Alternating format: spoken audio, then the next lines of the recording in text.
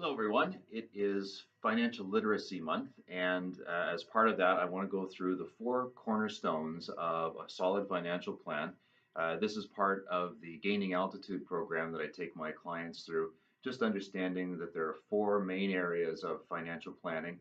Of course, you can do this on your own, but I find that it does help clients understand where they should be allocating some of their funds. So, up on the board, I've got four boxes, and as I said, they're cornerstones. No one is any more important than the others, but of course, there are some that have a greater impact sooner rather than later, and we'll talk about what goes into them. So, the first box is liquidity, and very often this is where people first start to look at where they do their financial planning.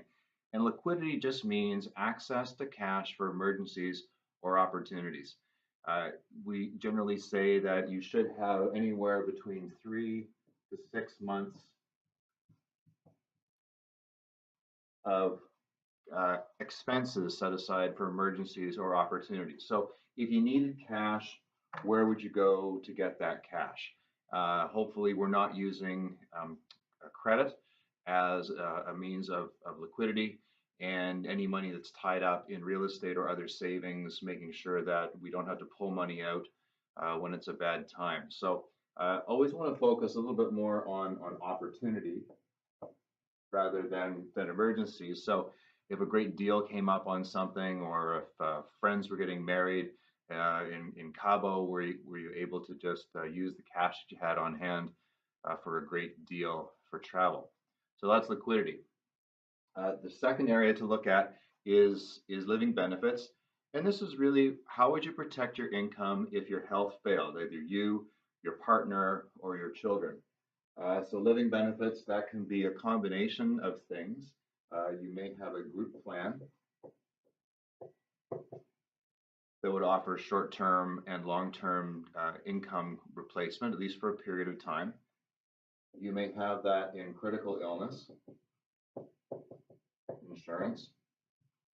And those of you who are regular viewers know I talk a lot about critical illness. I think it's a very valuable tool to have in your financial plan. And there's also disability insurance. And that's tied to your income and replaces it for a period of time while you're recovering and hopefully getting back to work again soon.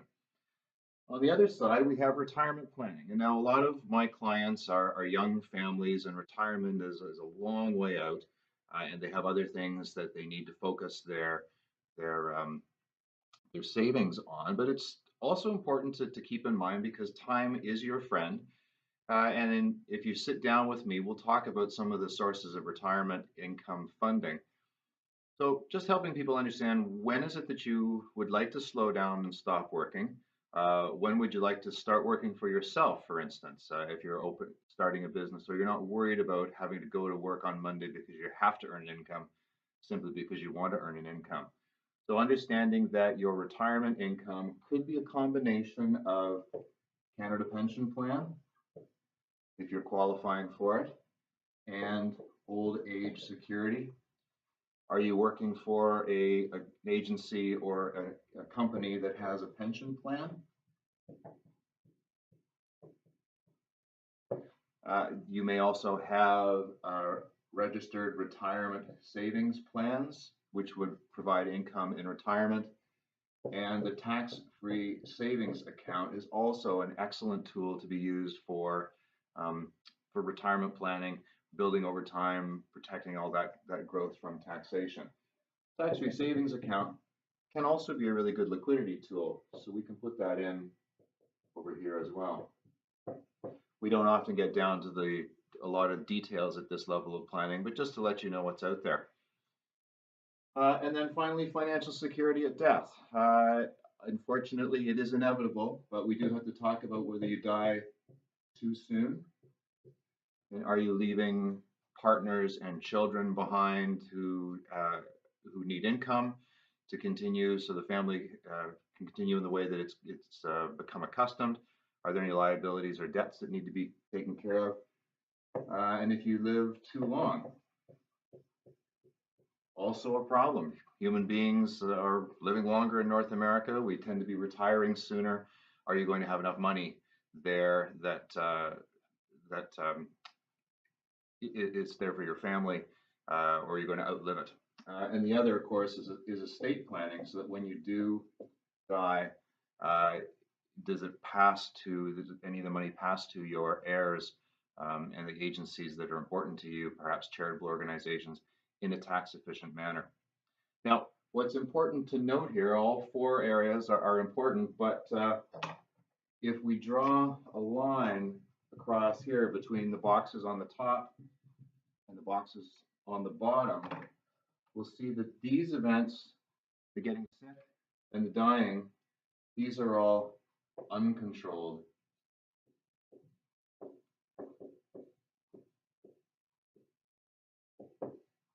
While the boxes at the top, of course, are controlled. For the most part, you can determine how much money you're going to save. You can determine how much money is there for retirement, when you're going to retire. You do not control if you're going to get sick, if you're going to get injured, and when you're going to die.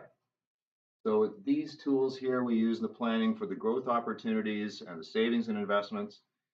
These areas down here, that risk of the uncontrolled event, we try to offload to an insurance company for that. So those are the four key cornerstones of financial planning.